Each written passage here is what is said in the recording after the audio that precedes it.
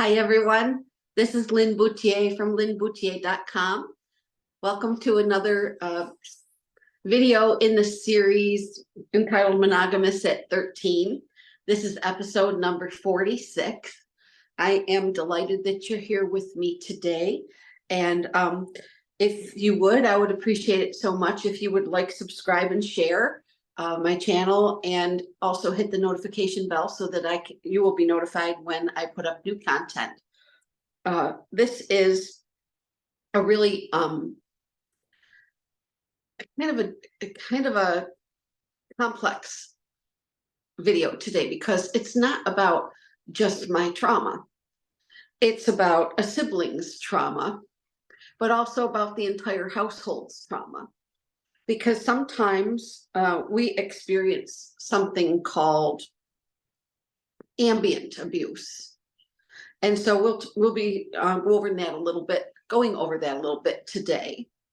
If you have not taken a few moments to become anchored and grounded, it would be an excellent idea to pause the video and take care of your system's needs and be as kind and gentle and caring with yourself, doing some self-care. So that you do not become triggered while viewing this video. And as always, if you do become triggered during the video, please shut off the video, walk away, use your best grounding techniques, and take excellent care of yourself, because I want no harm to come to you or anyone from watching Lin Bouthillier videos, because that is not what we want. It's not the point of doing this work together. This is information about my trauma history, which is intended to help you understand your trauma history so that you can do your healing work on your healing path in your own way, in your own time, as safely as you can. With that, I will move on to, I have my little grounding tool in my hand, and I'm ready to go.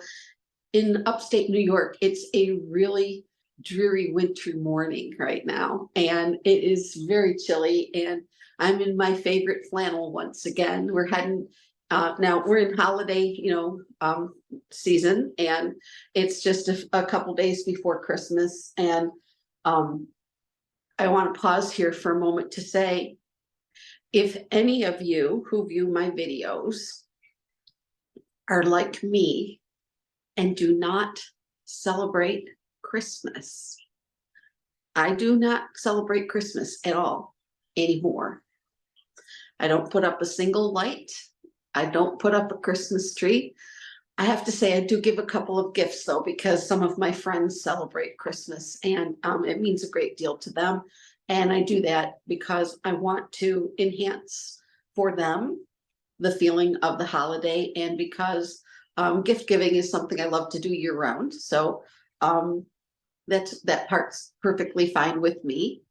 But I just want to pause here to say that many of us are easily triggered into trauma response by some of the things that have to do with the Christmas season. Some of us, it's all of the winter holidays. I can tell you, and I've mentioned in one or two prior videos, that for me, sensitivity happens from the first first autumn holiday all the way through till springtime. It can be really, really difficult looking at the decorations, hearing the music, I don't watch television, but we see commercials on the internet, on YouTube and things like that. It can be really, really triggering. And if that is your experience, if you have a struggle with that, my heart is with you, because it feels like we can't get on the same page as the rest of the world sometimes, and it can feel very, very uncomfortable. My little darling is asking to go outside. I'm going to pause the video for just a moment, and I'll be right back. Hi, everyone. That was my little Hazel interrupting the video once again. I don't mind at all. I hope that you don't mind. If you're not a dog loving sort of person, I apologize.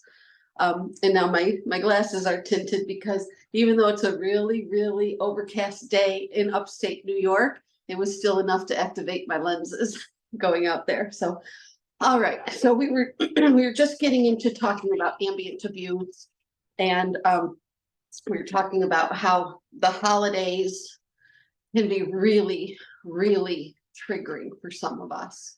And I was simply stating that if you're going through that, my heart, of course, is with you, because those of us who have trauma, especially holiday related trauma, can have a really tough time around the holidays. So I'm going to be doing a video probably today or tomorrow that is specifically about holiday triggers. And I will be using some of my stories in case you're not even sure what holiday triggers may look like. I'll give examples from my life, and then you might go, oh, maybe that is what's going on with me. I might be having holiday triggers. I just never thought of them that way. So you can be able to look for that over the next day or two in my YouTube channels lineup. So that'll probably be episode number 47 or 48 of Monogamous at 13. So, okay. So I'm ready to get into this episode, which again is episode number 46. And and if you have as I said in the first part, if you haven't become anchored and grounded yet, now's an excellent time to do so. Occasionally, when I do my videos on Zoom, when I pause and I come back to restart it, it starts it again as a whole new video, rather than a continuation of the same one with just a little blip, a little pause in it. So that's how come I'm saying these things again, just in case that has happened, because I don't want to have to go back and redo the entire video from the point where we're at now. So today's questions are, and this is my first time having 3 questions, but it helps. I think that it helps the viewer to understand the context in which I'm telling the story, this particular segment of the story. The questions help set it up as more of a, why would I be talking about this? Okay, it's because when I relate it to a question, and that question is asking you, the viewer, if you had any of this stuff happen, it might tie it together a little bit more for you. So the first question is, when you were in junior high, or what some of us call middle school, did you have one or more family members who made your daily life extremely difficult due to their exertion of power and control? Well, in my case, 100% yes. Yes, that was happening all the time. So next question is, if you did, how much did that individual or individuals' power and control affect your ability to maintain friendships, socialize, do your schoolwork, or live your life as a healthy and balanced preteen or teenager or adolescent? And then the third question is, how much did that power and control influence you to keep secrets and tell lies? And I'm not asking that question as a shaming question, the way it was asked to me when I was that age and even older.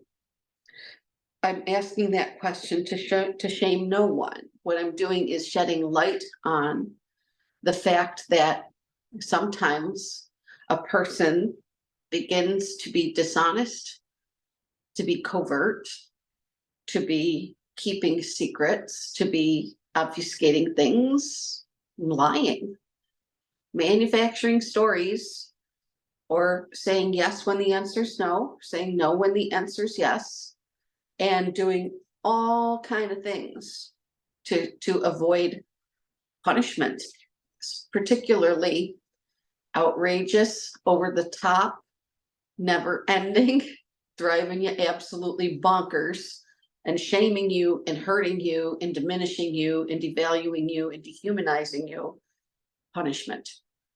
So that's why I asked that question, not because I think anybody's bad for lying. I think when people choose to deceive in an effort to hurt another person, I think that's terrible. But we're talking about people who are in middle school here. And as it relates directly to the patterns of abuse that have been building in their life and the ways that they need to protect themselves. That's what we're discussing. So, but the story that I'm telling today, it happened while I was in middle school, and it played out right in front of me, because as I say frequently, there ain't no secrets on an 8-foot boat. We're a big family living in a small house, and there's no way to get away from the arguments and the interrogations and all of that. It's just always happening right where people can see it and hear it. And even if you go upstairs to your room, you can still hear it. It's a small house. So so I'll begin the story here. So in my experience, my mother, my father, and my oldest sister were exerting power and control over me and the other kids in the family. As the fourth kid out of 6, I was the kid my oldest sister was most likely to abuse, and she did often. And I've said before, I think that is a birth order thing. It's also a personality thing. But if she was the oldest and I was the fourth child, and for 5 years I was the youngest child, that was long enough for her to have resentment over me just for being the baby.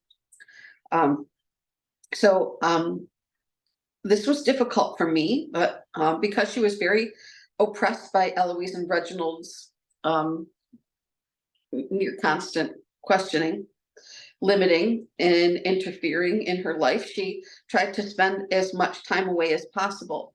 Now, most of us, if we come from a healthy household, we're having that involvement from our parents, and we're having their questioning, and we're having things, but it's not done as trying to hurt you sort of thing, or power and control is not the most important thing in a parent's role.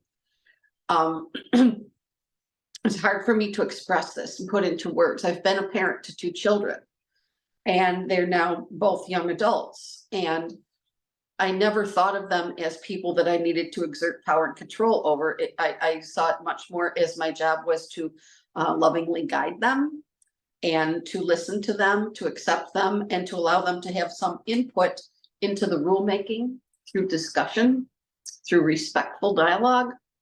But there was nobody respecting anybody here in these situations, because parents clearly did not respect each other. They did not respect the children, and the respect that they were getting from them was you will damn well respect me under threat of punishment. And that's not children respecting a parent. That's coercive control and compliance. And so I just wanted to point that out there. So she had this oldest sister. She tried to spend as much time away as possible, and she had a best girlfriend 1 street away from us. She was considered to be in our neighborhood, rode our school bus up to the middle school and high school, and our parents considered that girl to be very wild, and they considered her a bad influence. Once Eloise labeled one of your friends as a wild person, oh, that girl is wild, that meant, uh-oh, we have a problem. And I don't like how much wild meant that person knows things and hasn't been stuffed back into the womb. That's a kid who has experienced parts of the world, and Eloise is terrified that that kid's going to be a bad influence on their child, particularly one of her daughters. And bad influence meant you're going to find out about sex, you're going to find out about men and boys, you're going to find out about certain aspects of the world or things that certain people do, places people go, that she would never, ever, ever tolerate. So that is what Eloise meant by someone being wild. It just meant bad news. So I liked it. This particular girl who lived in our neighborhood and rode our bus, her name was Charlene. Everybody gets an alternate, a substitute name in this program. But so her name was Charlene, and I liked her a lot. And I knew that Eloise and Reginald couldn't stand her. And she was smart. She was funny. And she was very mature. She was an excellent singer and guitar player, and she wrote songs. And she was what my parents referred to as way too worldly. This girl does not belong anywhere near our family because when she was alone with us and my parents weren't around, she was just absolutely shocked at how backward our mother was. That was her word for it. And she wasn't saying it to be cruel. She was saying it like, my goodness, oh my gosh, I had no idea that your mom was like this. She, you know, I never put that together from like saying hi across the supermarket parking lot, or, you know, if I just popped in for a little while to, invite your sister to go do something. But she was saying, wow, she's just absolutely obsessed with control. And she was. And so, so at this time, when this thing that I'm telling you about today, when this happened, Tammy was in her 12th grade year, and Charlene was in the same grade. And so they're just, both going through prom season and getting ready to graduate. And they're also in this senior year, they're experiencing much more outside influence than anybody in our household had ever had, as far as the kids go, and far more than Eloise had ever had out in the world. She never went to anything like we were seeing our sister going to. So they went to school dances, they went to sleepovers. This is Charlene and Tammy. They went and did all kinds of stuff with a group of friends, usually, or just each other, but they went to dances, sleepovers, parties, skating rinks, ice skating and roller skating and tobogganing. And they went skiing a couple times too with a couple friends. And Tammy still had the same boyfriend, and he was leaving for military boot camp soon. Yeah, he was going into a branch of the military. And he was 2 years older than her. So he had already graduated high school. He graduated when she was in 10th grade. And she was still going steady with him. So Tammy had some friends that were boys, and Eloise and Reginald absolutely hated it that some of her friends were boys. And, these young men, they didn't like it at all that she had a boyfriend. But they really didn't like it either that she had friends that were boys, because we weren't supposed to do that. Eloise made it very clear to us, I don't want you just hanging around in a group of boys. I don't want you to talk to boys. If you can at all avoid it. And so they didn't like that her boyfriend picked her up way more often than they said that she could see him. Eloise had a real strange rule when her girls began to date, and that was you were allowed to go on one date per week, and it shouldn't be for a long time. You should not be gone all day. You should, if you're going to go on a date, that means to out to dinner, or maybe to his parents' home. If his parents are home, and let's say, for instance, the mom is cooking a dinner and you're invited to come over for that dinner with the family. But there was no going to a boyfriend's house if the parents weren't home. Absolutely never, ever, ever, ever was that to occur. And she just really didn't like the idea of girls having friendships with boys. That person is either dating you properly or they're not, but you don't have friendships with boys. And I never really understood what that was about. But they always told their daughters that once a week was enough for seeing your boyfriend, no more. You don't need to see him any more than that. So one evening when Tammy was out with her boyfriend, and I'll call him Keith in this video and in this story, the phone rang in our dining room, and I answered it. And it was a young man, and he asked me if she was home. Could he speak to her? And I said, no, she's not home right now. And he said, okay, well, could you please just tell her I called? And he said his name. And so yeah, okay, yep, I'll tell her. And he said, don't forget now. Okay, all right, I won't.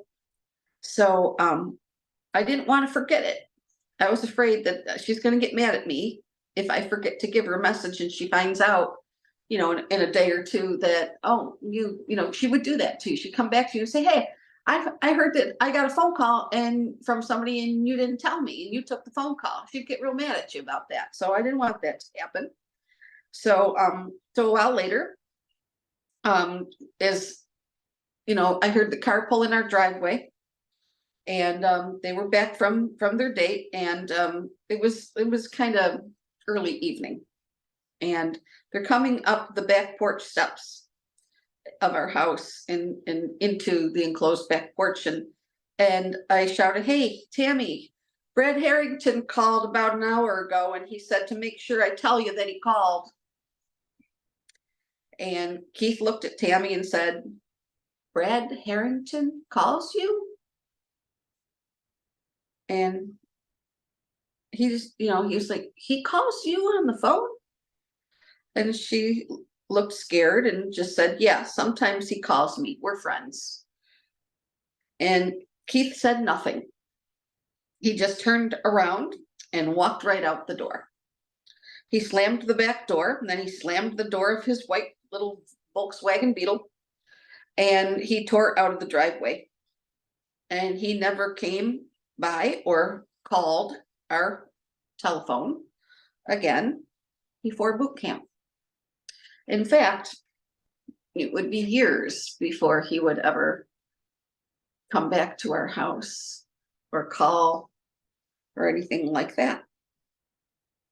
So he tore out of there. And he just tore out of that driveway. He never called or came back. He never spoke to her again, at least for years. But at that point, she believed it was never again because it went on a long time. So she was devastated. I mean, he just walked right out of her life because she had a friendship with another young man. It wasn't her boyfriend. She'd never dated him. And she didn't even get a chance to explain herself or anything like that. He wasn't interested in what she might have had to say about it. And I'll pause here for a moment and just say, to me, I didn't know it yet, but he was showing us that he had high narcissistic traits. We just didn't have language for that at that time. At least in our family, we didn't. And so he was not interested in any discussion. He just decided to punish her, and punished her in a real big way. So as you can well imagine, who Tammy blamed for this happening. Okay, this girl, this person who took that phone call and then said what the message was right in front of her boyfriend. And she did tell me that night, how dare you say that right in front of Keith? What's in that? What did you think was going to happen? And the answer was, yeah, I didn't know. I really, truly didn't know. I was just coming up on my 12th birthday, and in quite a few weeks, but I was closer to 12 than anyways. But that was the age range. I was 11 turning 12, and she wouldn't talk to me for days. I mean, wouldn't look at me, wouldn't talk to me, nothing. I was invisible. I had become nothing to her. And she, when she started communicating with me, it was in a completely passive aggressive way. She even had her girlfriends that came by the house giving me the stink eye and letting me know that I was just the person who basically ended the world. I was just really, really bad person. And it was hurtful. And I felt so much guilt and shame for being the person who brought about the end of her relationship with Keith, but also I brought about her misery. And she held me 100% responsible for it, when truthfully, we'll just pause here for a minute to say, her completely immature boyfriend, who had a pretty tight grip of power and control over her. I mean, she was forbidden to talk to other young men, and I didn't know that. I had no exposure to him in any of their discussions, where I didn't recognize it because I'm not out on a date with them. I had been a couple times, but I wasn't old enough to discern very clearly, when, especially when I'm in a household that's just pure power and control at all times, that it'll come out later in the story that she had gravitated to a guy who treated her like garbage. And we thought he was just swell. We thought he was a real nice guy, because we're seeing his outer his exterior, the persona that he wants us to see when he's at our house, and when he's near us, but he's far more regimented and controlling, and he was not tolerant of very much at all, and that's showing very high narcissistic traits. It's all about, I tell you who you can talk to, who you can go near, who you can hang out with, who your girlfriends can be, that sort of thing. And so, yes, most definitely by today's standards, this is over 45 years ago. By today's standards, this guy would be considered to be a complete and total narcissist. So I now understand, because I was close to 12 years old, I had no ability to create or destroy anyone's relationships. But Tammy and both of my parents thought it was the direct result of my big mouth, and that I should have had the sense to keep my mouth shut until Keith had gone home. Well, I was a child. I did child things. I never intended to wreck anything for anybody. So after a few weeks of total devastation, Tammy had her graduation from high school, and she had gone to her prom with Keith in May. And this happened between prom and graduation. And so when her graduation happened, she was miserable, and she was still furious at me, and I felt horrible, and I couldn't fix it for her. And there was no graduation party, but not because she had been broken up with by her years-long boyfriend. No, there was no graduation party because Eloise and Reginald didn't really like big splashy parties, and they didn't like lavishing attention and praise on any of their children. And one of the things that they did do was, when their kids graduated from high school, they would take the family out for dinner, and they would let you choose where you're going to go within reason. And then afterwards there would be a cake that Eloise made for your graduation cake, and you might be allowed to have a friend or two over to the house for that, but they preferred if you didn't. And so it was just they would give you a gift, and it was just quietly celebrated that your time in high school ended. So Tammy was joyless, and Keith was gone. He was out of state, and it all felt so similar to as if someone had died. Her behavior was like, as if someone had died, and I felt guilty for smiling. I felt guilty for, bouncing into a room and being gregarious and happy and lighthearted. And I just knew that no, nobody wants to be around that. They're not digging that if it comes from me at all. And so Reginald was, you could tell he was glad that Keith was gone, because he didn't want any of us going steady with anybody. He was noticeably happier and relieved, because he hated his daughters dating, and he had always made Tammy and Margie, the second oldest sister, feel ashamed of themselves every time they went out on a date, as if they were cheating on him. And he was always either passive aggressive or making a lot of noise and raging. He'd be name calling or pontificating about how badly they were risking ruining themselves for life, and how sick they were making him, and how stressed he was all the time, because the thought of them leaving the house with some friends or with a boyfriend was just it was just wrecking his nerves. He just couldn't handle it. And he always made people, you know, people in the household feel ashamed if they went out to do anything other than stay home and hold still and walk on eggshells and be subservient to Reginald. So so yeah, he was quite fine with the fact that he didn't like it that there was sadness and people were mopey in the house, because you know, that's not pleasing him either. But to him, yeah, most definitely better than a guy pulling in his driveway, taking his daughter out for, you know, for the evening or for the afternoon, and then coming back and then sitting on his couch, sitting in his living room, sitting at his table, maybe playing a game of Yahtzee or Scrabble or something at the dining room table. No, that was just, all of that was just really, really, it was just burning Reginald's shorts. He couldn't stand it. He felt like he was totally invaded. If you wanted to make him instantly uncomfortable, bring a boy onto the property and into the house. That's the way that worked. So my parents had agreed to allow Tammy. This is kind of funny, and because of the history with Eloise dropping out of college and Reginald having finished 8th grade. I'm not 100% certain he finished 8th grade. I know he made it to 8th grade. But my parents had agreed to allow Tammy to enroll in community college so that she could get some of her general studies in hopes that she would follow in Eloise's footsteps and eventually enroll in the community college's nursing school program.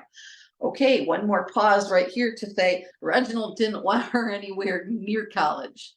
He absolutely abhorred the idea of her going to college. He'd been telling us our whole lives up until this point, my girls will not be going to college because they're all pretty and every single one of them is going to get a husband at a young age, and then they will go start their own household and they will raise babies and they will bring them up Catholic, and they will be essentially just like me and your mother. And we'll be and they'll be greatly unhappy, just like us, the way we require it. But Eloise was the one who really wanted her to follow in her footsteps and eventually enroll in community college's nursing program.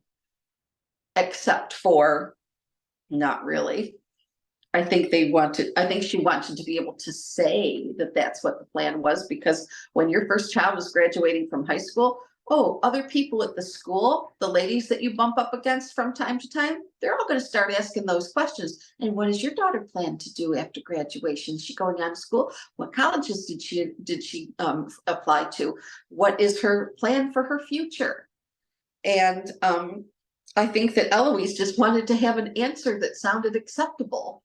And so Reginald had long before decided, as I said, that none of his daughters needed to attend college because no colleges needed to become a housewife and a mother. So he was mostly humoring her and letting her take the preliminary test, the entrance exam. And I will point out that filling out the application for financial aid caused absolute, like a tidal wave of misery inside of our house. How dare they ask how much money? Right back to the blue cards, the first day of elementary school, the first day of any grade that we, were in, the information gathering stuff would come home with us, and it was always him just absolutely blowing and over it. And so now the same thing happens when he's got a daughter who's graduating from high school and she wants to get into just a local community college, and he has to make the process for her as unbelievably miserable as he can do, because he cannot stand anyone to invade his privacy. And the application for college absolutely was basically probing him, where is the best way to put it. That's how he responded to things like that. I know that was inappropriate for me to say, but he just literally could not tolerate it. And everybody else had to be miserable if Reginald was miserable. So, I think that it was kind of a joke that that Tammy would go anywhere near a nursing school and eventually near sick people, near patients, near healthy people that are just being given, what we call well care, meaning immunizations and like if you're a nurse at a doctor's office and people are coming in because they're just taking preventative care of their health, no matter whether it's somebody sick in a hospital or if she's a school nurse and their children and they're sick, it doesn't matter. This person is, the way I read her is, 100% unable to express compassion. This person needs to go absolutely nowhere near being a nurse, because that's the sort of nurse that you hope to never bump into, the kind that is passive aggressive, lack of genuine warmth, non-empathetic, just not able to show any kind of care, true genuine care about other people. This is the level of unkindness that I'm experiencing, and I'm thinking, oh no. Even at 12 years old, I'm thinking, nope, nurse, no, that's not the right direction for you. But I also feel very strongly that one person doesn't have the right to tell somebody else whether their career path is right. And I never said a word about it, but that's what I was thinking. So there was another huge problem, and that is that no one in the family, pardon me, I'm a little bit allergic this morning. No one in the family was allowed to drive a car until they had worked at a job and saved their own money long enough to buy their own car and pay for their own insurance. Oh boy. We've got an issue here. So this oldest child in this family is supposed to somehow magically graduate from high school, go in directly into a job, and work a job only as long. I mean, it was out there. We knew this. You're only supposed to work a job as long as you need to until somebody hooks you in and decides to take you out of the house permanently, and they pass the baton of ownership from you, from themselves to the new owner of this female of age child of marriageable age.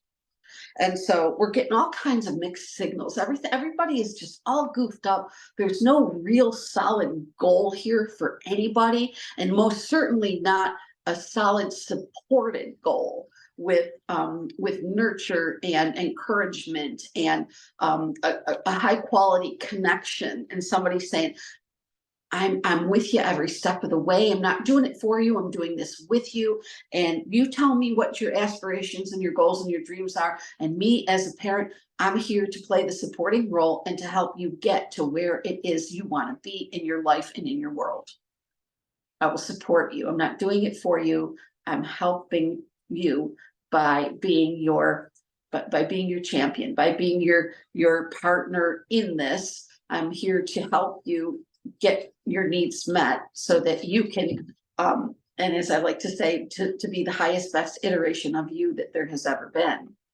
But not with these people. That's not what was happening here. So I'm trying to put together, how is this sister of mine supposed to go to work and earn enough money to buy a car so that she can drive herself to work and to college? And how is she going to get to college? And the answer was, well, it's Eloise's job. This is one of her kids, and she doesn't have a job outside the home. And so now she has to drive this daughter to her job at a supermarket. And then certain days and times she has to drive her to the college. And it's about maybe a 12 to 13 mile ride to the college. And so she's got to drive there and home to take her in the morning, and she's got to drive there and come back in the afternoon. This is mind-boggling. This is my parents' way of looking at what happens. This is their first run. First child graduated from high school, and this is the convoluted plate of tangled up spaghetti that this child is supposed to see as her footing in the world as a young adult starting out in her life after graduating from school, from high school. So even at 12, I can recognize that it was utterly ridiculous and that my mother had to drive Tammy to the community college in the morning and go back and pick her up after classes ended.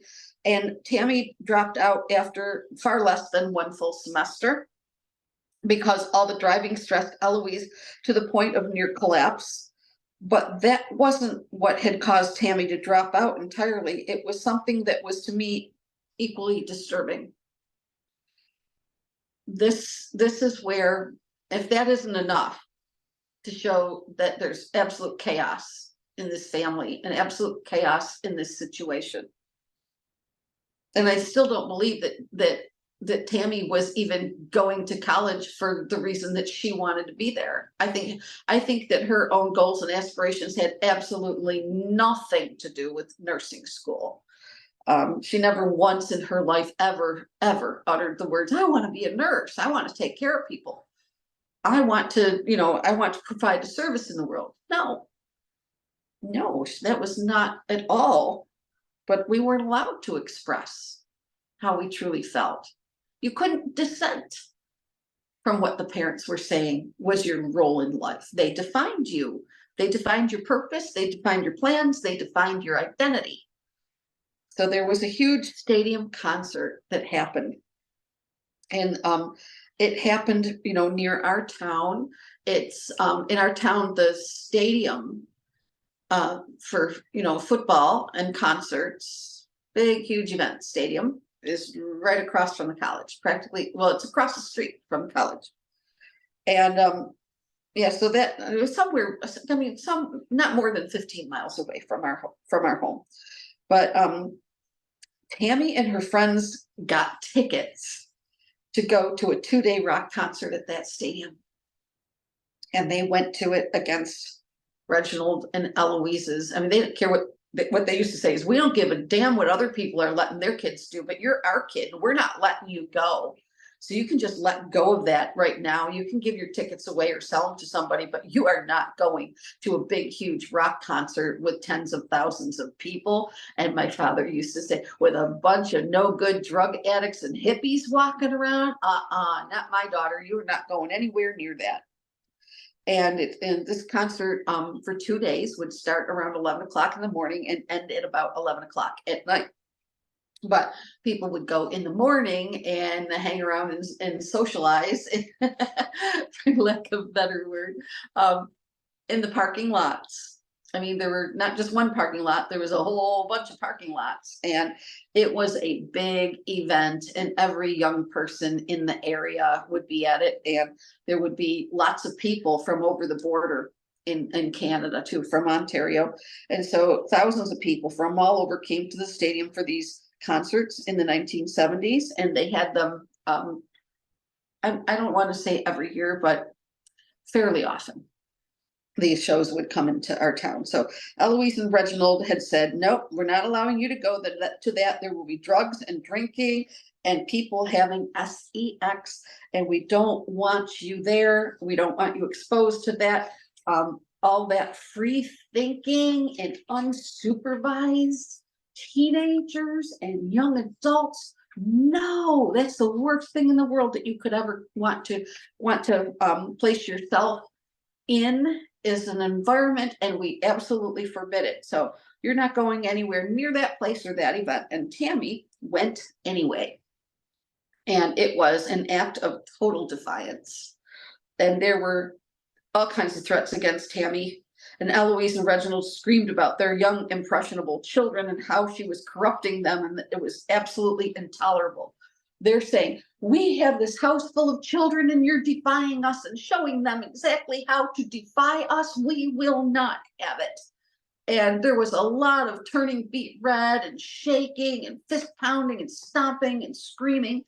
And Tammy just said, "I'm going anyways. I really don't care what you think."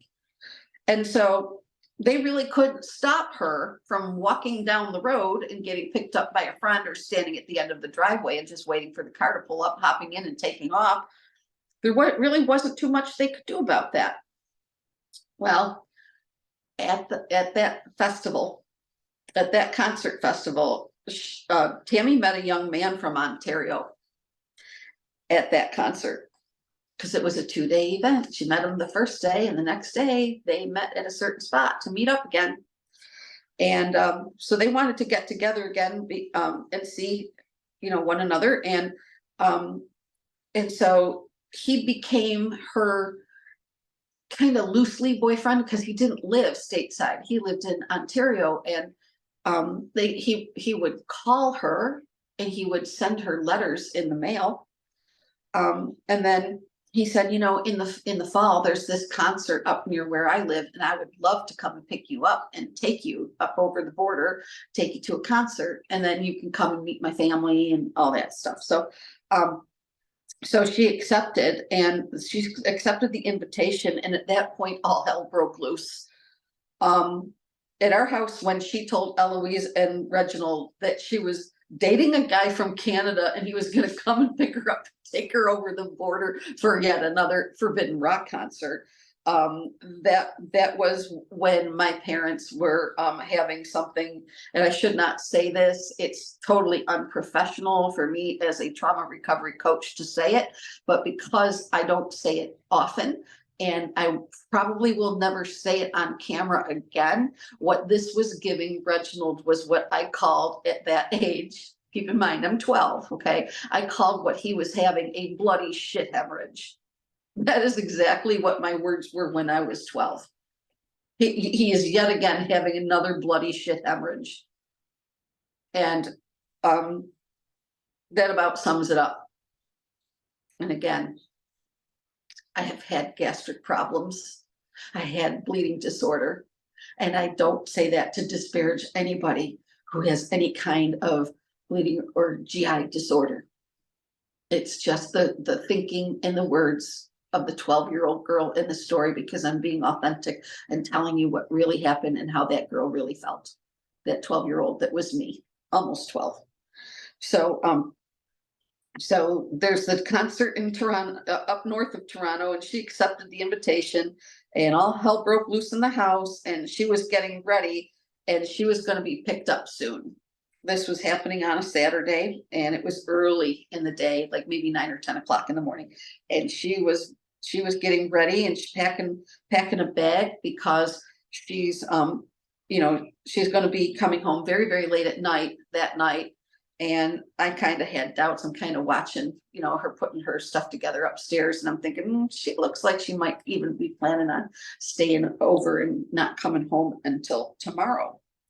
So, and then what happens next is downstairs, when she's waiting for this young man to pull in and pick her up, that's when she drops the bomb on Eloise and Reginald, and actually comes out and says, I'll see you tomorrow night. I'll be back tomorrow night. And so my suspicions that I was having of, I think this might go on longer. She might not come back, when she's saying, at first she had said, well, it's just for the day and I'll come back. I'll be back at night. So it shouldn't be a big deal for you guys. And then just as she's about to go out the door, that's when she says, hey, I just want to let you know I'll be back tomorrow night.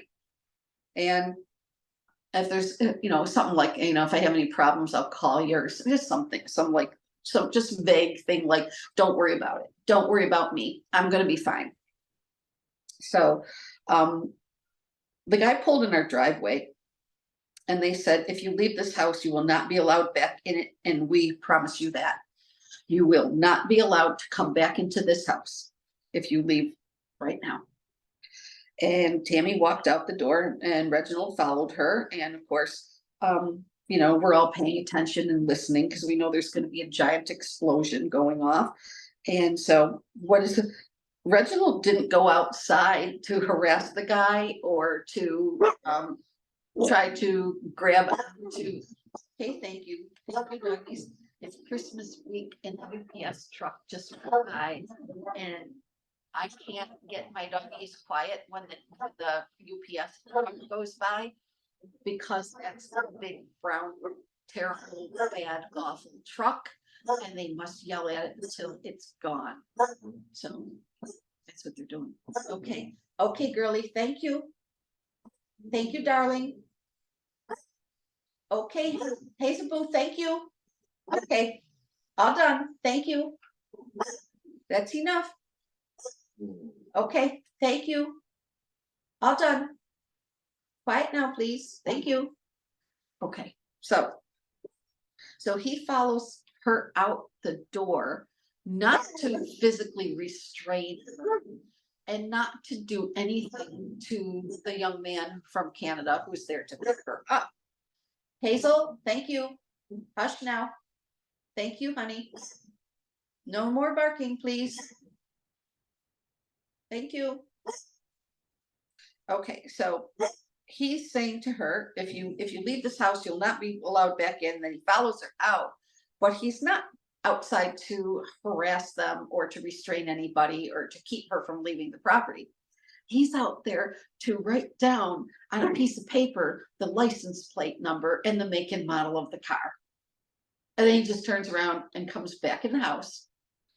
And he talks to Eloise and says, well, I know they're heading for the border, so I'm going to call the customs office at the US-Canada border. And that's exactly what he did. She's riding along, heading to Canada. And he's on the phone at the house, calling the border and alerting the officers that his daughter, and he gives a description of her name, her date of birth, her age, her address, everything about her he gives to the officer on the phone. And he says that she just recently turned 18 and was in a car that likely had drugs and alcohol in it, and it's being brought over the border. And would you please do yourselves a big huge favor and pull that car out of the line and toss it and see what you get. And then please do not let my daughter cross over the border into Canada. She left against our permission. She left with us telling her she's not allowed to do that, and she's going to do it anyways. And there's a car that really needs to be searched because the boyfriend looks suspicious to me. And so they had that's exactly what happened. The border patrol called Reginald back and said that the driver was searched and he had possession of marijuana, and the car was impounded, and that they should come pick their daughter up at the border. And Eloise and Reginald refused to go pick up their teenage daughter at the border because they were disgusted with her and deeply ashamed of her for dating a pot smoking and just a drug using, drug pusher and a lawbreaker. They made up the whole story themselves and said, we know that he's going to that concert with the drugs to push drugs on young children, and he's trying to get her, and they consider all teenagers young children. I'll be very clear about that. They had a very warped view of what age children are children, unless it served their purpose. If you were 18, then you're old enough to do this thing that we're going to force you to do. So it varied all the time. It was very convoluted, and it was manipulated and exploited by them all the time. You're either too young or you're old enough and you should know better, but you're never seen as the appropriate the healthy way of looking at somebody. Oh, you're 18, you're independent, you're going out into the world as you should, and you're learning all about the world, and we're here to give you guidance, not control. But no, so they were telling all of us he absolutely must be a pusher, because that back in the 60s and 70s. Hazel, please, honey, mommy wants you to be quiet, please, darling. Thank you, Hazel. I'm so sorry. It's Christmas week and packages are being dropped off at the neighbors' houses, and she is on it. She's keeping everybody safe from the big trucks. Okay, so what's going on here is Eloise and Reginald are absolutely rabid on the idea of that guy is going to a concert where young people hang out, and he's trying to get them all hooked on drugs. And they absolutely believe that marijuana is 100% addictive and that they're all going to be addicted to marijuana because of this horribly sinful, awful dregs of society having the audacity to have drugs in his vehicle. The only thing that he could possibly be up to is corrupting other people, and especially their daughter. And so Tammy was stuck at the border, and her parents refused to come and get her because she had left the house against their wishes, and she was with a drug pusher and a lawbreaker. Okay, Hazel, thank you. And so Tammy had to apparently call friends from the border and ask somebody to come up there and pick her up. Maybe she called Brad Harrington, who knows? The guy who had given her the phone call to end all phone calls. But anyways, so she never made it into Canada, and she got deported. That was the part that my parents couldn't stop reliving and rehashing. She got deported. They called the border and they got somebody's car tossed, and they got the guy arrested, and they got their daughter, and they got their daughter deported from Canada, and deportation was said to her and to my parents on the phone, or my father on the phone, that it's permanent. There's no such thing as, well, we're deporting you and you can't come into the country for 6 months, until you straighten up and fly, right? Nope. Permanent deportation, meaning every time she ever had to show her ID at the border, that she would have not been able to cross into that country because of her horribleness, and because she had the audacity to disobey her parents and to think for herself and try to go to a concert where there might be some marijuana and some alcohol. So, and possibly my parents, I'll be very, very clear with you. They said there was going to be cocaine and heroin there too, and that they didn't want any rock concerts ever to be even allowed to happen, because that's the way that the big, huge conspiracy was, that's how they're trying to get everybody's kids hooked on drugs. It was almost viewed as a government conspiracy, and that's how come the concerts were even allowed to happen, because the municipalities would have had to license them, right?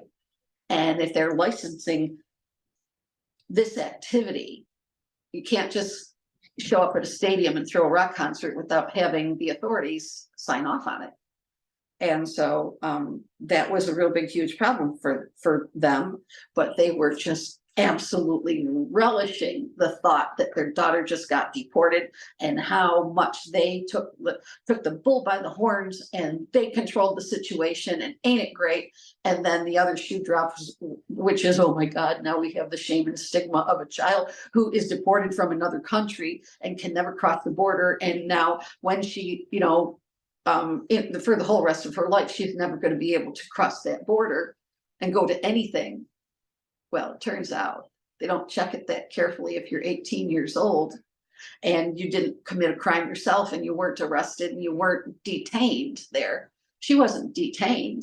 She was deported, and she was detained for a very short time and told that she can never come back in the country, but she was never arrested. She was never ever taken into custody over that for more than just a few minutes, and then sent on her way and told, go call your parents, have them pick you up, which is now an impossibility. So when the Border Patrol officer had told Reginald this information, he and Eloise expressed the deepest and most horrifying embarrassment. Okay, it didn't happen instantly, okay, but it was, they expressed the most deepest and horrifying embarrassment to who? To their other children.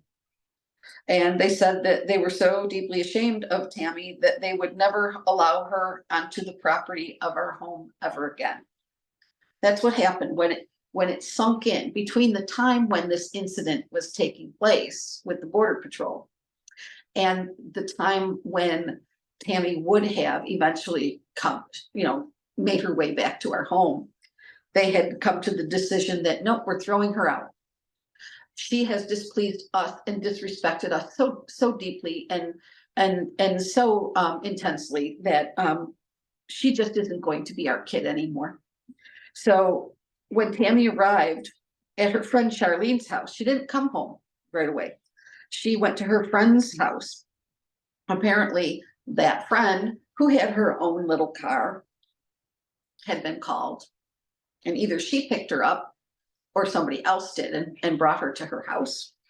And so she called Eloise to announce that she would not be coming home.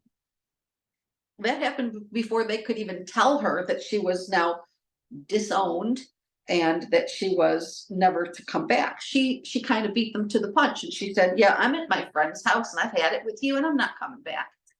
Her parents said that I can stay here and I am not coming back to be with you anymore.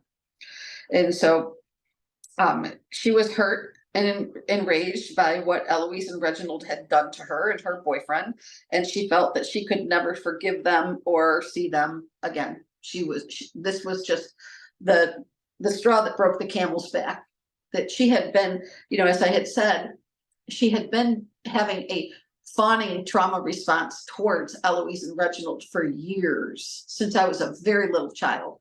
I didn't know it was called that then, but she always had us clean the house every time they went out to dinner or, they didn't go to movies, that's for doggone sure, but they did go to, they went to picnics, and they went to, like a church picnic, or what some people call a lawn fete, or a, they would go to the fair annually. They would go to, they could go to concerts. They would go to concerts to see country and Western artists, and they weren't big, huge concerts. They were small venues, but like they went once to see Johnny Cash, and they went to see Buck Owens, but the only concerts that they ever went to were what Reginald liked. Never, ever would Eloise even hope to or dare to ask to go to a concert if someone that she liked was coming to town. No. It was always Reginald's country music, the people that he liked the best. And this might happen once every couple of years. But anyways, they went to concerts, and those were good. They were orderly. They were drug free. Yeah, sure. They were where decent people went to enjoy decent, lovely music. But a rock concert was pretty much right straight from the bowels of hell, and as far as they were concerned. So here's this, and see the hypocrisy. There's great hypocrisy in this. So she's just, like maybe 2 miles away from our house, at Charlene's home, and she's just having a meltdown, and my parents are having their, dual meltdowns. But essentially, Tammy was saying, "Ha, joke's on you. You are permanently, you are permanently out of my life." And they're saying to her, well, no, joke's on you, because we just permanently disowned you. And they wanted her nowhere near their highly impressionable other children, because they would see her as an example and would eventually try to do the exact same thing. They pictured all of us having somebody come to the house to try to take us over the border into Canada to go to a drug-filled, horrible, terrible influence of a rock concert in Canada. They just assumed we're all going to do it because she did it. And that's how they spoke to us. They literally made up unbelievable, it's just what we call confabulating. They're confabulating. They're telling a story of something that didn't happen.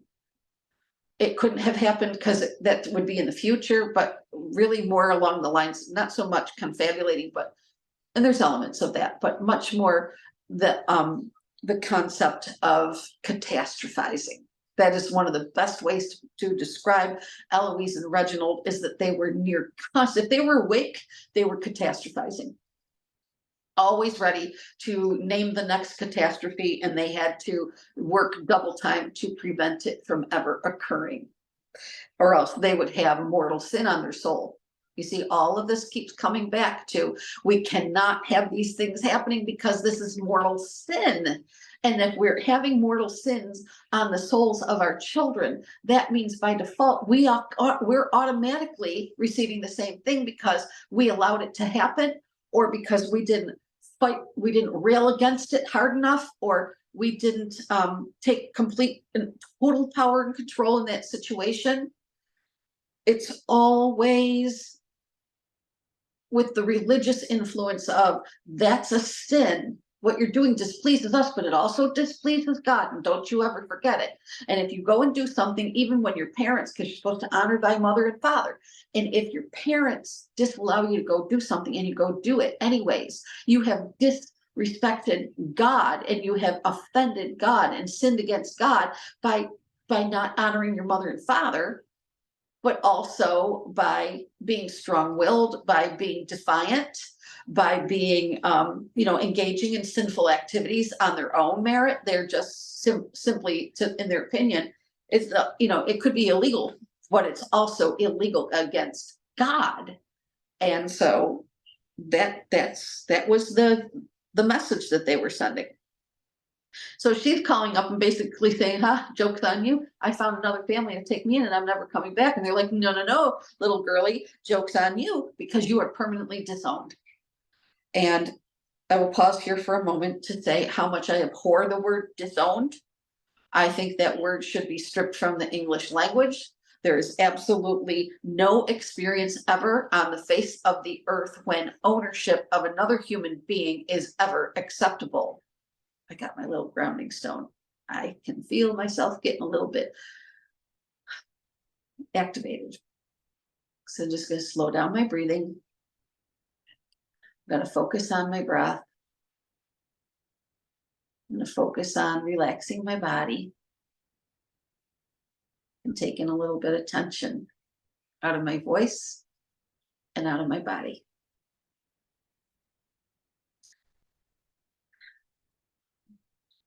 That's what our grounding is for.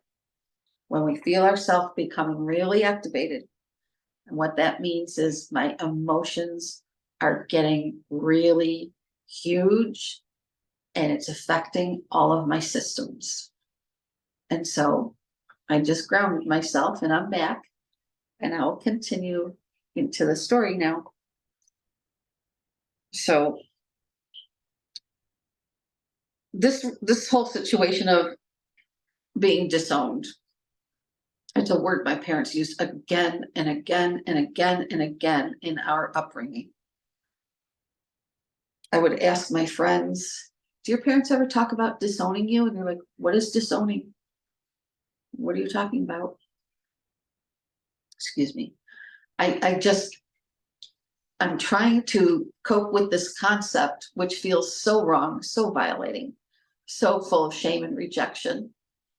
And, just being marginalized to the extreme. And it led to just terrible resentment on both sides, with Eloise feeling total fealty and allegiance to Reginald, and he totally required her complete loyalty in the situation. He made her, that day, right in front of us, he made her swear to have absolutely zero contact with her. And even through the holidays, or her, when it's her birthday rolling around again, just absolutely no contact with her. And that she was that my sister Tammy was 100% disallowed to ever set one foot onto the property of our address. Cannot come home. And she was allowed on the property with this exception. This is the exception under which she was allowed. At a specific time and date for only as long as it would take for her to collect her clothing, jewelry, shoes, coat, things like that. Her books and her, her school materials and things like that, but absolutely no bed, no bedding, no furnishings, no pillows, blankets, toiletries, or other items that they considered theirs could be taken out of the house, because Eloise had been Tammy's transportation to college, and Eloise and Reginald were the payers of her tuition, whatever was owed after tuition assistance, because, you know, community college, she was eligible for assistance. Tammy had no way to attend college anymore. That was now destroyed. There's not likely to be anybody out in the world who's going to be able to drive to and from the college twice in one day for her. And if there had been, she would have likely not had enough income from her part-time job at a supermarket to be able to cover the cost of paying somebody to transport her there. And Reginald had reiterated many times before this incident that it was pointless and wasteful for women to attend college. He just thought it was a joke and that it was just absolutely unnecessary and wasteful. And Reginald was quite satisfied that he just derailed Tammy's entire future.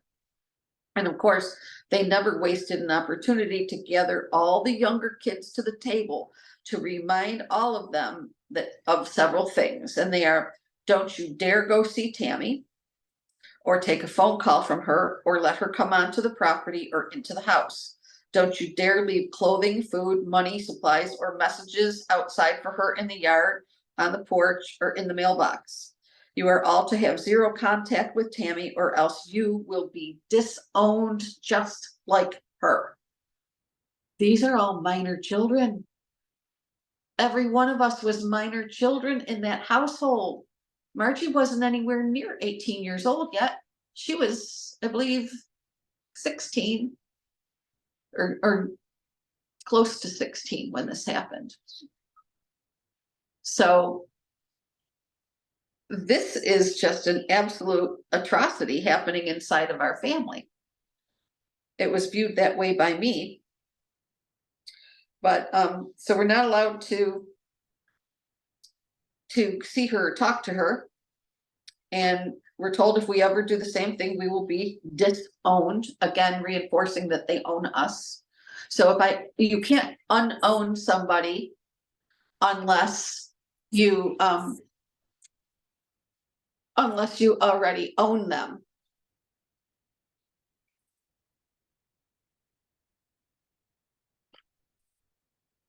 Sorry about that. I was getting a phone call that I couldn't answer. You can't disown somebody unless you already believe that you own them. And now here they're telling all these children in the household that we're going to do the exact same thing to you just for having anything to do with her. If you break our rule, we disown you and you're gone. And that was horribly terrorizing to all the children. It was highly traumatic. Bad enough that one of their children was going through being disowned, but now they're threatening all of their children with it. And so what do they tell us to do next? They say the same exact fate will happen to you if you ever disgrace us with similar behavior. And another message was that none of us were to accept anything from Tammy. So we could not have, we couldn't receive any card or letter or anything like that. If anything showed up in our mailbox and one of us went to get it and it was from her, we were supposed to destroy it. We weren't supposed to have anything to do with reading anything she would send to the house or take a phone call from her. We are not allowed to have anything to do with her.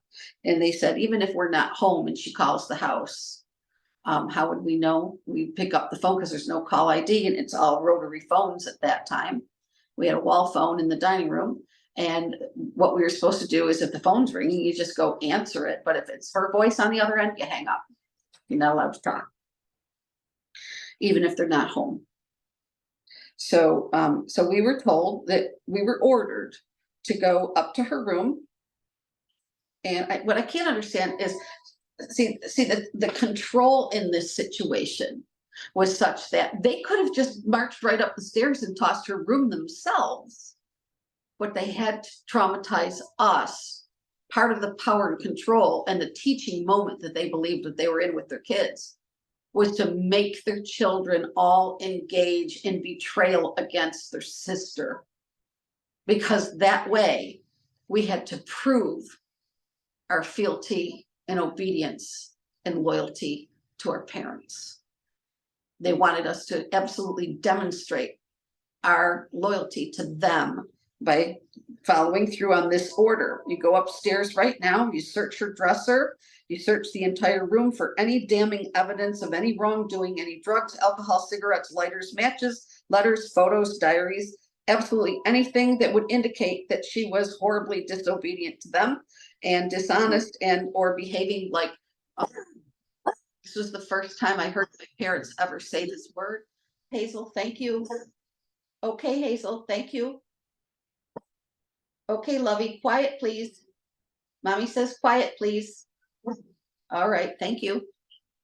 My apologies. So this was the first time I ever heard this word. And I didn't even know for sure what it was. I had to go to my girlfriends and ask them what it meant. But I heard Reginald say it one time, and he said she was horribly disobedient to them, dishonest, and behaving like a whore. I thought it actually was spelled H-O-R-E or H-O-A-R. But I didn't know that word. And that was the way I originally heard that word. And then what do? Go to my little girlfriends and say, what is a whore? I need to know what a whore is so I don't be one. And I found out, and I didn't want to do those things. I had absolutely, I detested the idea of going, even though Tammy was cruel to me and abusive towards me. She did me harm throughout those years when she lived at our house, but still I didn't want to be the person who went and betrayed her because she hadn't done anything to me, and I did not want to engage in any of this behavior that we were told that we were demanded by them to engage in. My mother pretended to be going along with Reginald's iron fist rules about estrangement from Tammy. She went along with it for months, but she was having noticeable feelings of grief and loss, and she began sneaking supplies and money to Tammy. At Christmas, she sneaked us over to see her for just a few minutes. We just went inside the door of her tiny apartment, and at this time, she's living in this tiny apartment with Charlene, and they're both working. Neither one of them, I think, at that time was going to school, and because Tammy had to drop out. There was nothing she could have done about it. She had no way, no practical sensible. Everything was nonsensible, and you can't make sense of the incomprehensible. And so yeah, she absolutely, that was the end of college for her. And as she sneaked us over to see her for a few minutes, bringing her a Christmas gift and some homemade Christmas cookies, we were sworn to secrecy before we even left the house. It sounded like this: your father's at work. I'm going to go over to Charlene and Tammy's apartment, and we're going to bring, I hope she's home. We're going to bring some Christmas cookies, and we're going to bring her a couple little presents, and we're going to just see her for a minute, and then we're going to get out. And then none of us are ever going to tell Reginald that we did this. So now I have the parent who has already threatened me if I ever do this, telling me, now we're going to do this. It's going to be our little secret. And it's okay if I tell you to do it. And you can keep a secret from Reginald, right? You all promise that you're never going to tell Reginald, because there will be big consequences for you if you ever do, but there will be big consequences for me. And then you, by your blabbing to Reginald, would have harmed me. And I need, before we even get in the car and go, I need you all to give me your word that you will not do that to me. She wanted us not to betray her. And so my 12-year-old brain and my younger siblings are, well, they're 7, and 6 years old when this is happening. Very, very hard for every child involved. So what she's doing is making us swear fealty and loyalty to her. And now everything that has happened is confusing to the kids. And while Eloise and Reginald have been telling us for months to never have anything to do with Tammy and or her friends, because she's horrible and untrustworthy and a betrayer, and she's just bad beyond comprehension. And then Eloise can renege on a promise to her husband without telling him. It's a promise, and it was an order that she never do that. And yet if we do it, we'll be most assuredly disowned. If we do the same thing as Tammy had done, we would get disowned. But we're also dealing again and again and again with the pendulum swings, and the shame and the threats and the hypocrisy that's being demonstrated here. So this is so typical. All of this is so typical of parents with high narcissistic traits.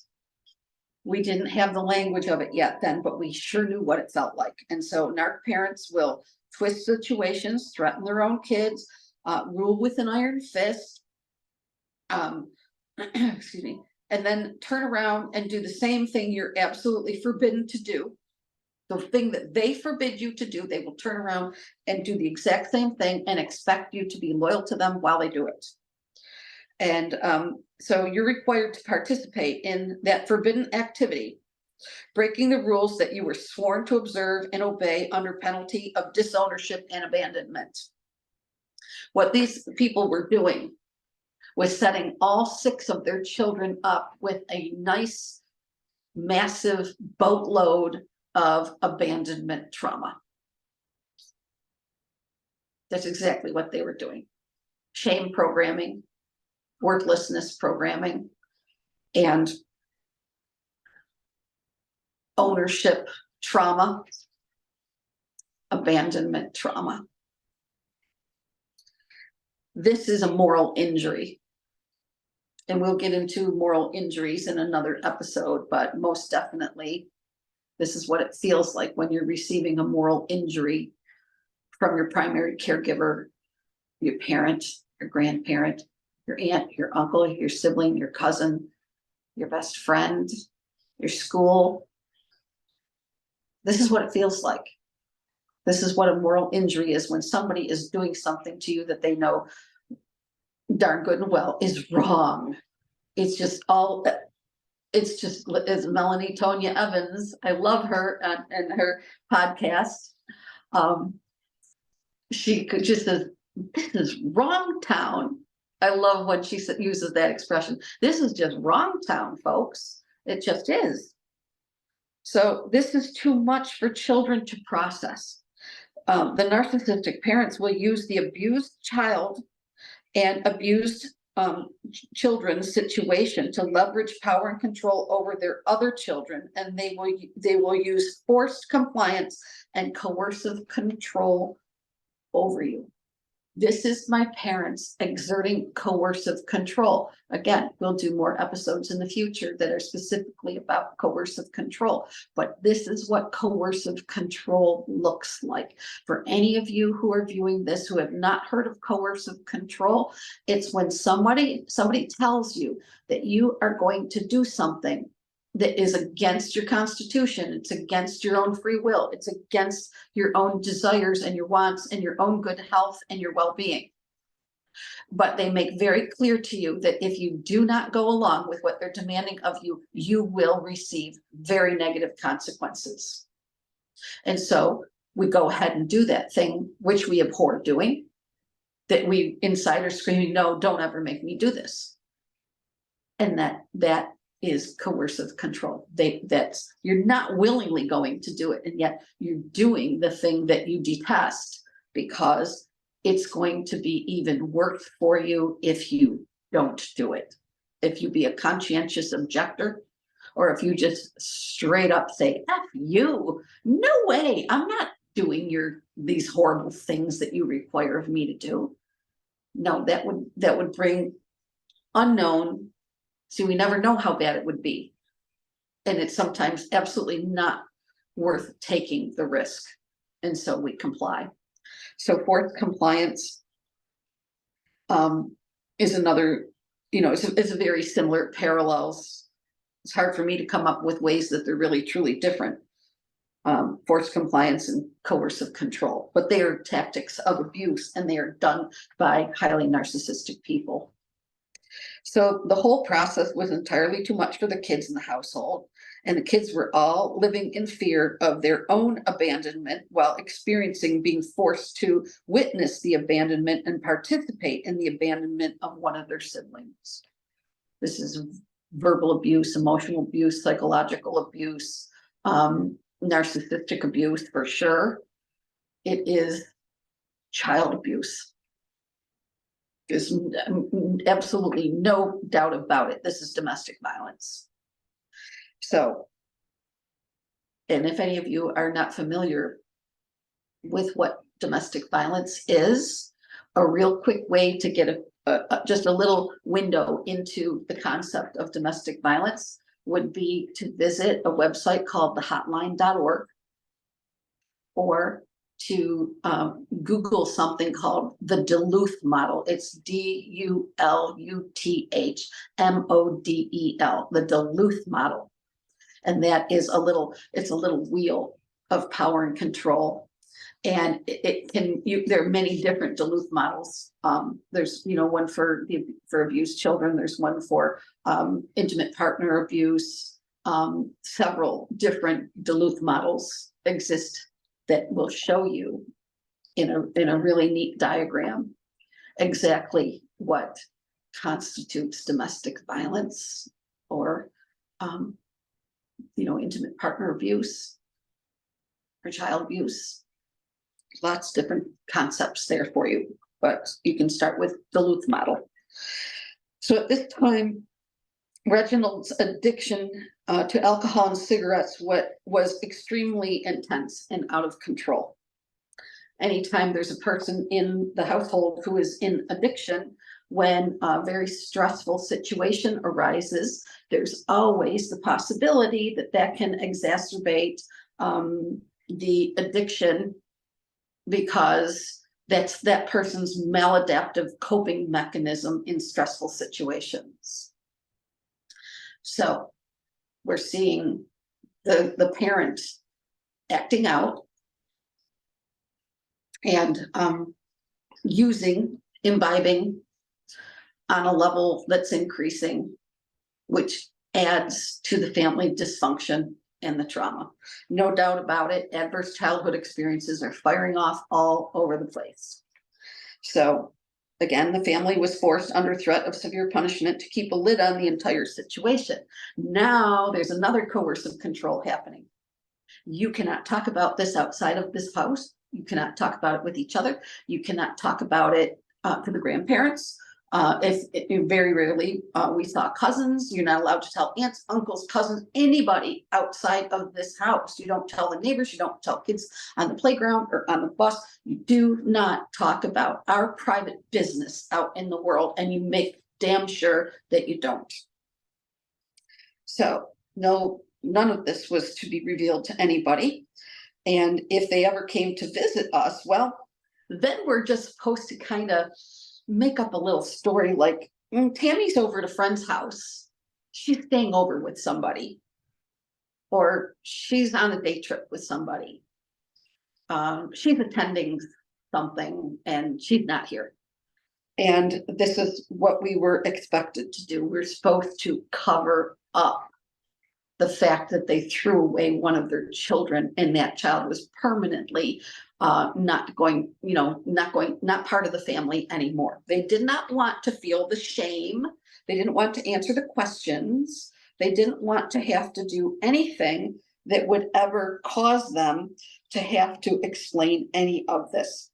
They highly narcissistic people absolutely do not appreciate being questioned or having anything that they've done wrong be brought out into the light. And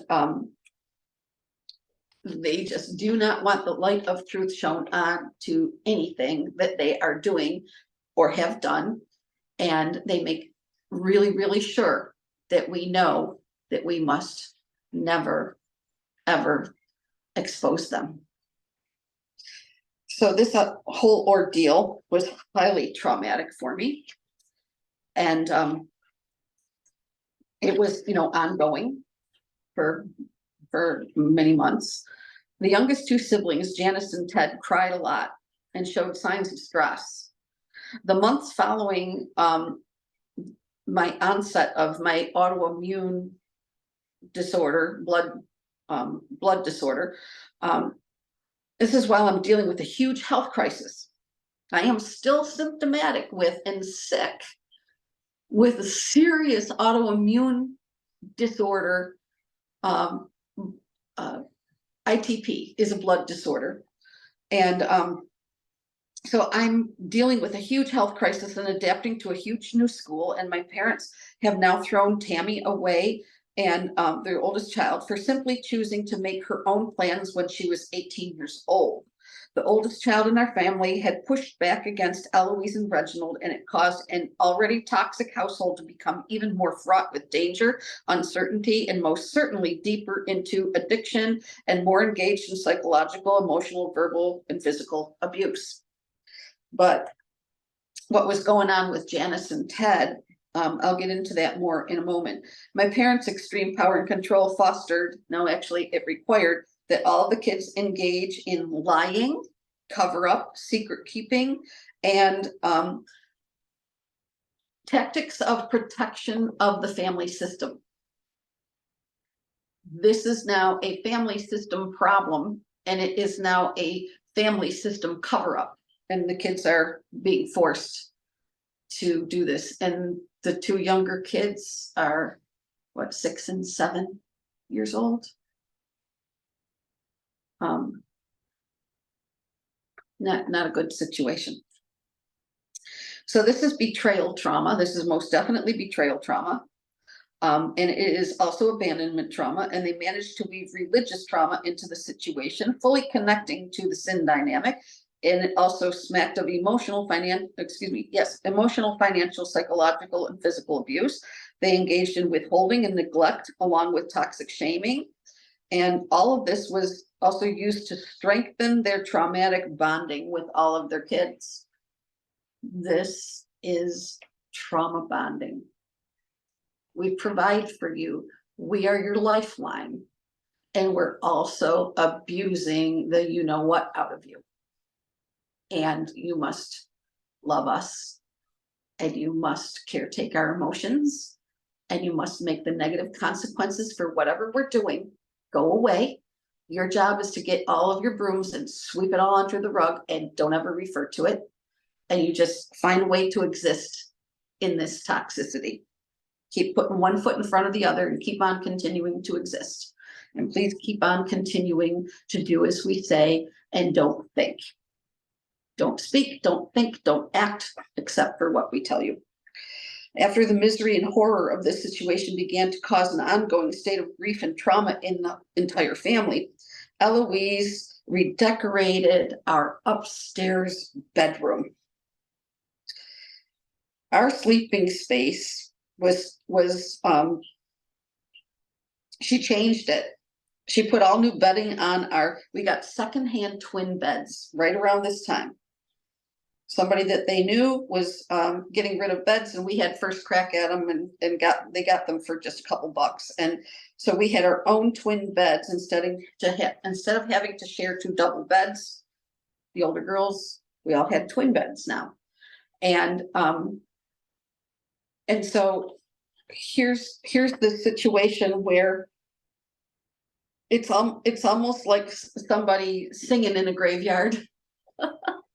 This horrible situation is playing out. Now I'm just gonna buy you all new bedding. We're gonna get new sheets and comforters and pillows and everything. We're just gonna make your bedroom space so comfy for you.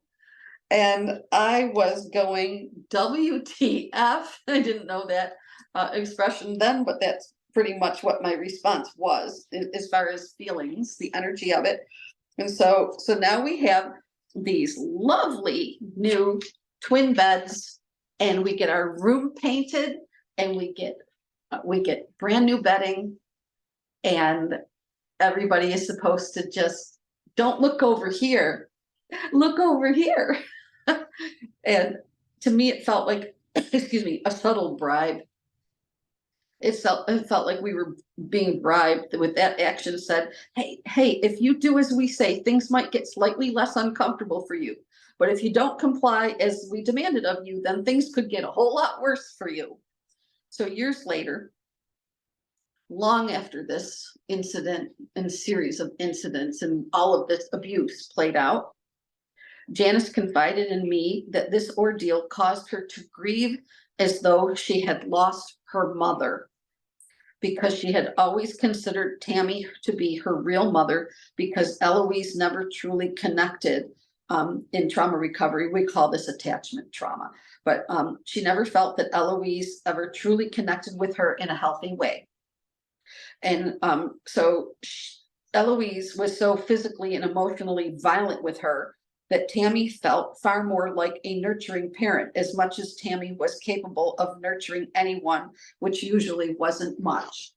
But when a little child is starved for connection with a parent, and then the parentified older child is being tasked with doing your care, getting you something to eat, taking you out for a walk, playing with you, supervising you in the yard, doing activities with you, helping you to get your teeth brushed and get a bath, all these different things come inside dirty. Older sister's got to take you upstairs and get you changed into clean clothes, and then get the dirty clothes down to the laundry. She's seeing this sister being pushed into the parent role for her. And then what happens to her? Her alternate mother gets thrown away.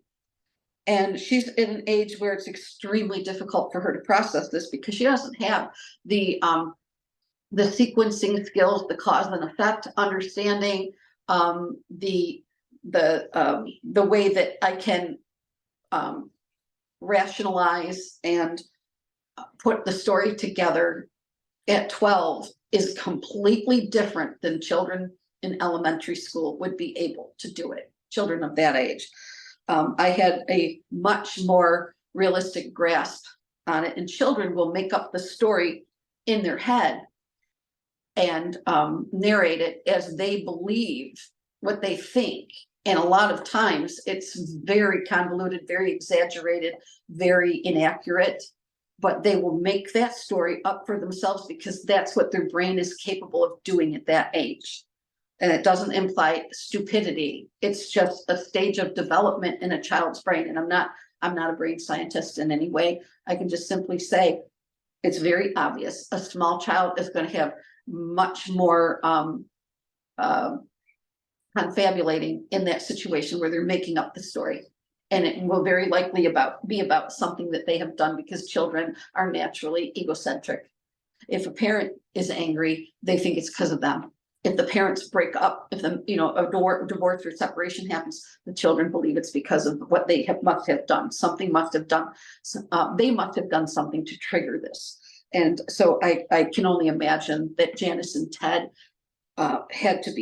most likely had to have been experiencing some of those feelings and some of those ideas.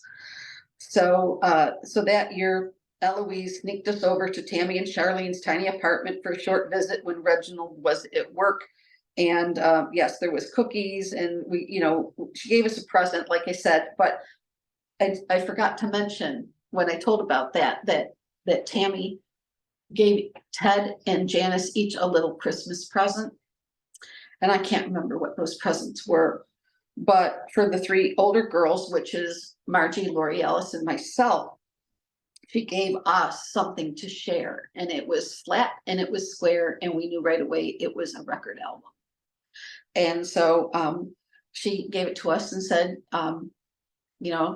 Just don't tell dad that it came from me. You can tell dad that mom bought it for you, or you guys went to the store and bought it for yourselves, but don't tell him it was from me because you'll get in trouble. And so when we opened that gift, we opened it in the car, and we were given a copy of the record album Frampton Comes Alive. It was a double live album. And I still shudder if I hear any songs that are off that album. I listened to it many, many, many, many times. And if I hear songs from that album, I'm most definitely triggered. And that album got so much airplay for decades that while I mean, it was almost inescapable. If you lived in the United States, you were going to hear that music. And it was being played on AM radio and FM radio, and it was extremely well known. And because it got airplay for decades, I have ruminating and lots of autonomic nervous system responses that were being triggered literally for decades from that album. And because it was so closely linked through my senses to that trauma. And many of you will recognize what I'm talking about. All of our senses connect to the moment when we're experiencing anything.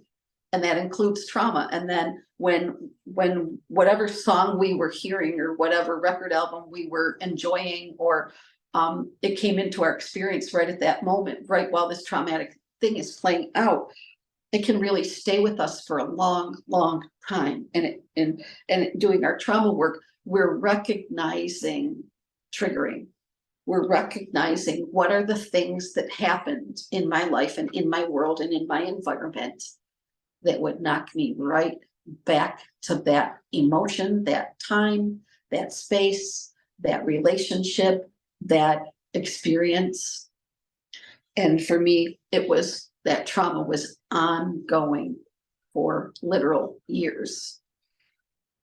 So Reginald remained estranged from his oldest daughter for around 3 years.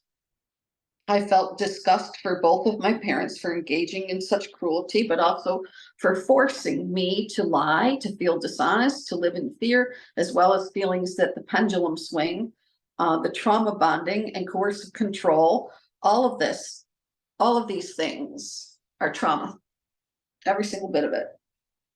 I felt so much confusion, anger, shame, guilt, self-loathing, and sadness over it for years. I also feel that although Tammy had never embraced me as a sibling from the beginning, the announcement that I had made one evening after her date with Keith had caused a permanent rift in our already tenuous relationship. But that was me doing the torch lighting ceremony, so to speak, for her relationship with her parents absolutely being decimated.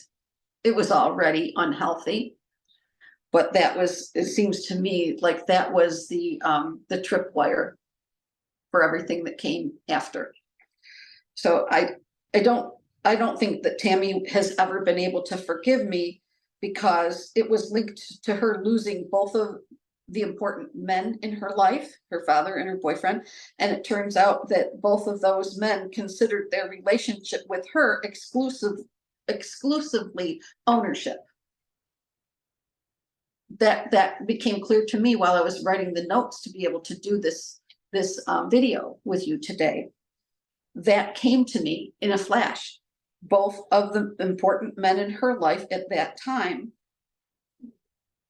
behaved as if that was each of them, fathership and boyfriendship, had that common thread of ownership.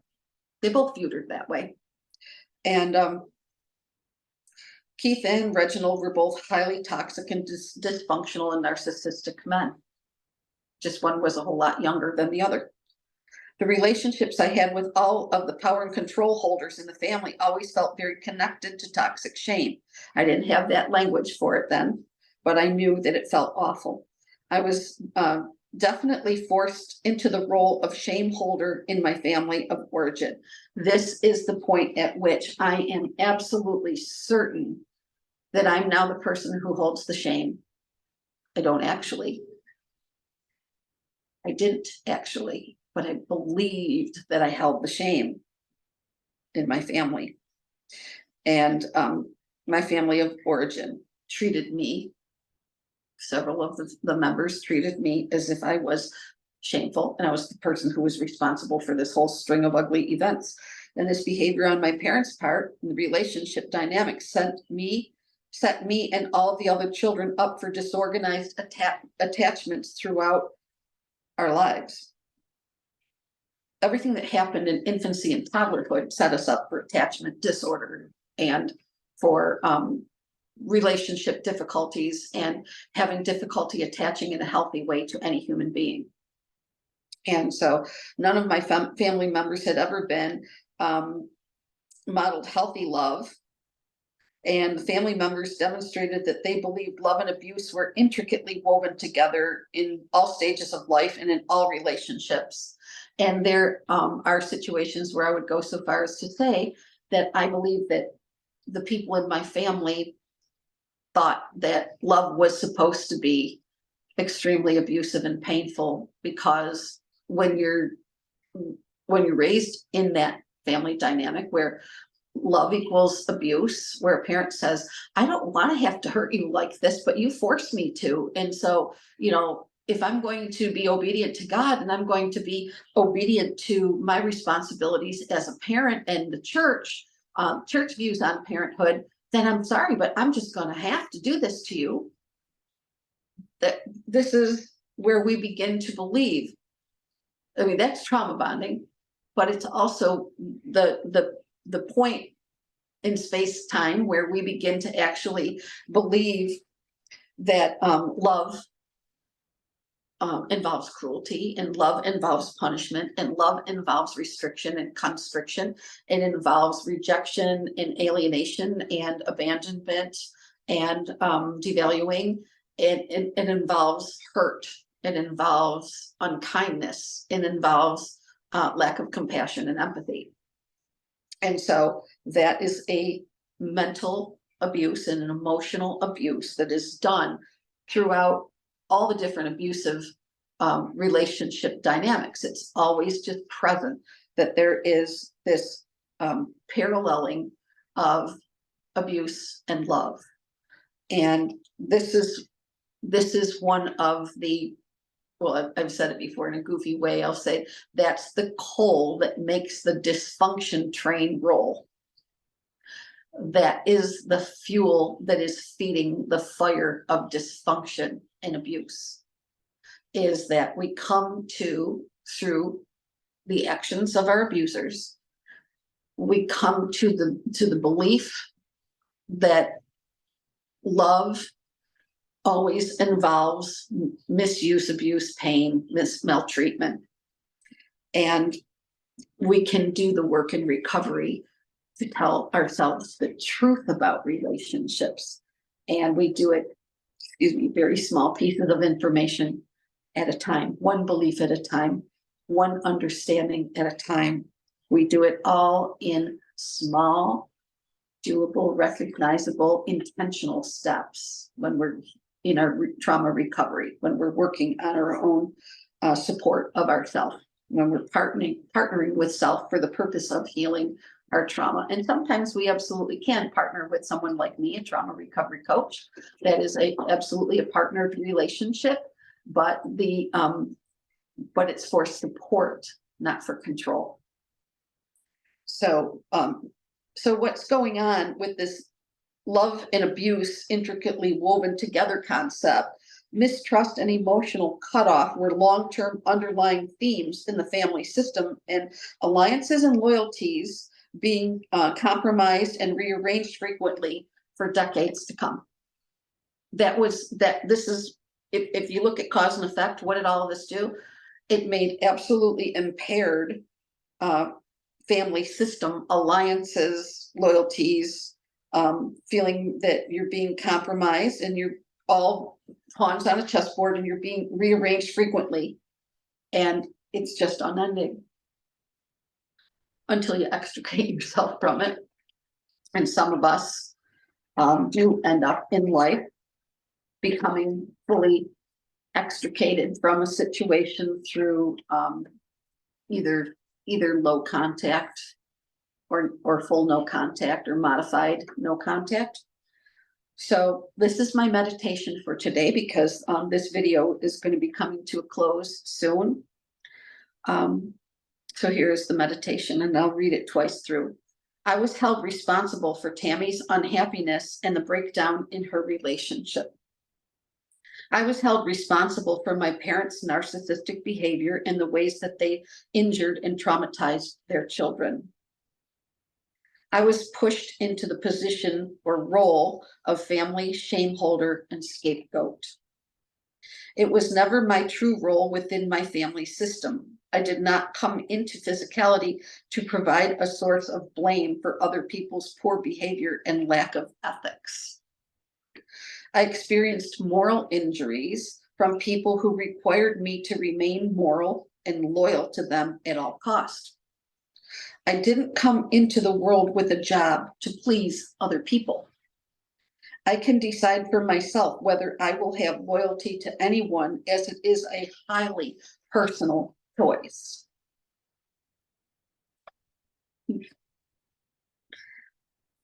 So one more time, my meditation thoughts. I was held responsible for Tammy's unhappiness and the breakdown in her relationship. I was held responsible for my parents' narcissistic behavior and the ways that they injured and traumatized their children. I was pushed into the position or role of family shameholder and scapegoat. It was never my true role within the family system. I did not come into physicality to provide a source of blame for other people's poor behavior and lack of ethics. I experienced moral injuries from people who required me to remain moral and loyal to them at all costs. I didn't come into the world with a job to please others. I can decide for myself whether I will have loyalty to anyone, as it is a highly personal choice. All of those statements help me to understand that there was a lot of confusion about my role within my family. And it helps me to understand how power and control corrupted things. It helped me to understand that, I'll go back to the original questions that I had for this particular episode, for episode number 46.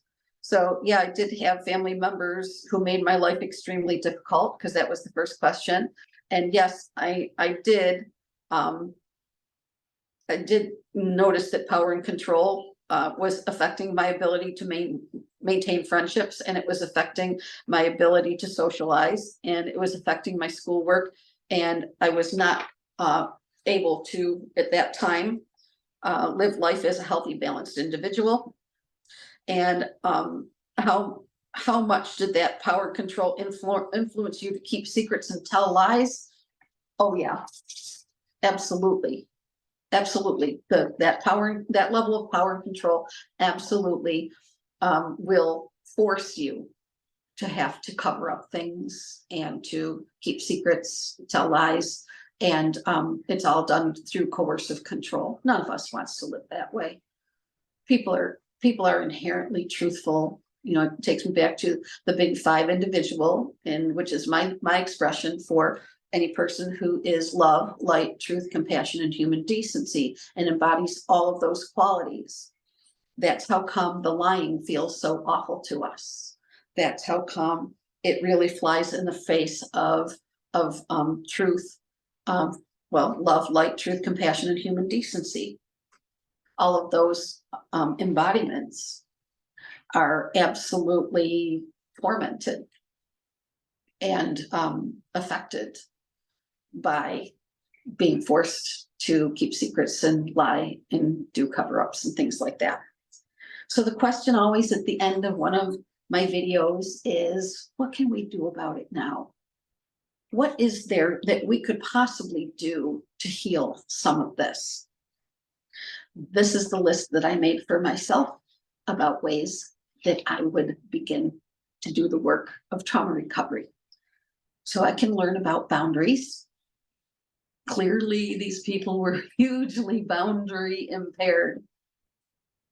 Boundaries needed to be in place with this entire family, and they were non-existent. So I can make boundaries for myself, and I can learn about making boundaries. And then and once I learn about it, I can begin to do it. So I can learn how to name my feelings. Yes, extremely important. If I'm having a feeling, it really helps me a lot to name it. That's a huge step in trauma recovery, is just to recognize our feelings and develop something that we call emotional intelligence and emotional literacy. Those are two really good things that a person could look up if they were inclined to do so. Emotional intelligence and emotional literacy helps us to understand processing our emotions.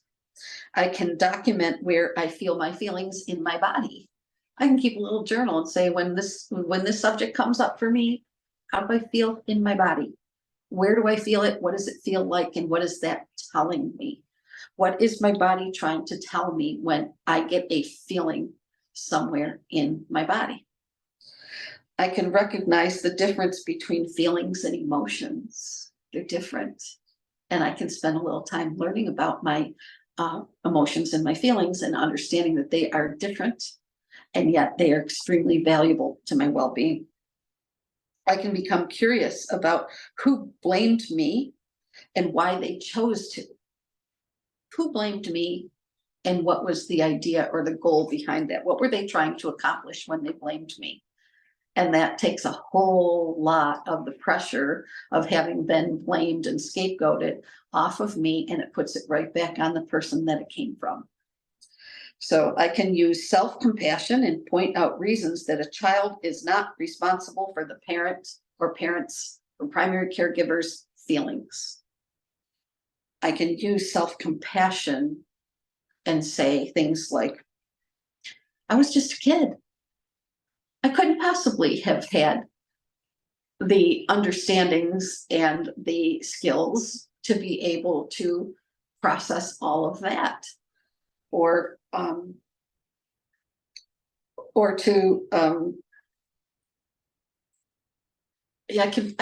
can make like a little bullet list. I can say, today I'm going to write down 5 things on a little piece of paper that tell me the reasons why a child is not responsible for the big people's feelings.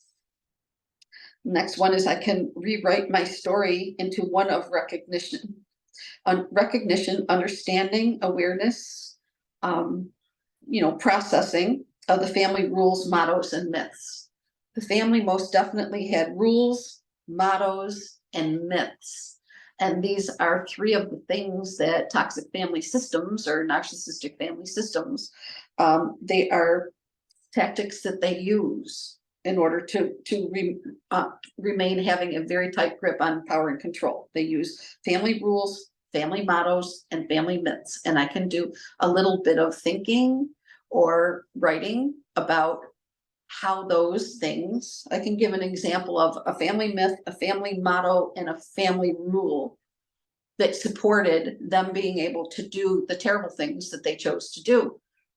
And this is how they enlisted their help. I can use the lying triad and the dark guard trauma recovery exercise that was developed by the wonderful Bobby Parrish, who is the executive director of the International Association of Trauma Recovery Coaches. That is the wonderful organization, also called the IAOTRC, where I received my certification. And there is the wonderful thing that I have explained in previous videos about that tool that Bobby developed. It's a concept, and it is a trauma recovery concept that is called the lying triad and the dark guard. I will demonstrate it in a future video coming up. But for right now, I will just say that I can use that concept of saying there are the 4 lies that every abuser tells, and they are that you are to blame, that you should be ashamed, and that you don't deserve good things. And then the most the toughest statement that they want you, a belief that they want you to have through their statements and their language and their behaviors and their control. They want you to have that outer belief that wraps and winds all the way around the other three beliefs that I just mentioned. And that outer belief that winds around everything like a coil and holds it in place is the belief that we're powerless. And so when we do the work of our trauma recovery, this is the healing. Doing these things for ourselves and with ourselves is our own really reliable, powerful, comforting, edifying, compassionate, truthful, supportive partner. This is how we do the work. Little steps like this is what takes us out of the depths of our trauma, and it puts us back into our life. That's the whole goal of trauma recovery, is for us to be able to get back into our life and no longer feel that we are disconnected, because trauma is the great disconnector.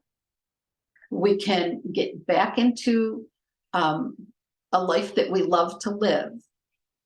And it's through doing these small exercises and coming to beliefs and understandings that are much more truthful and accurate to the reality of who and what we are, what our purpose is, why we're here.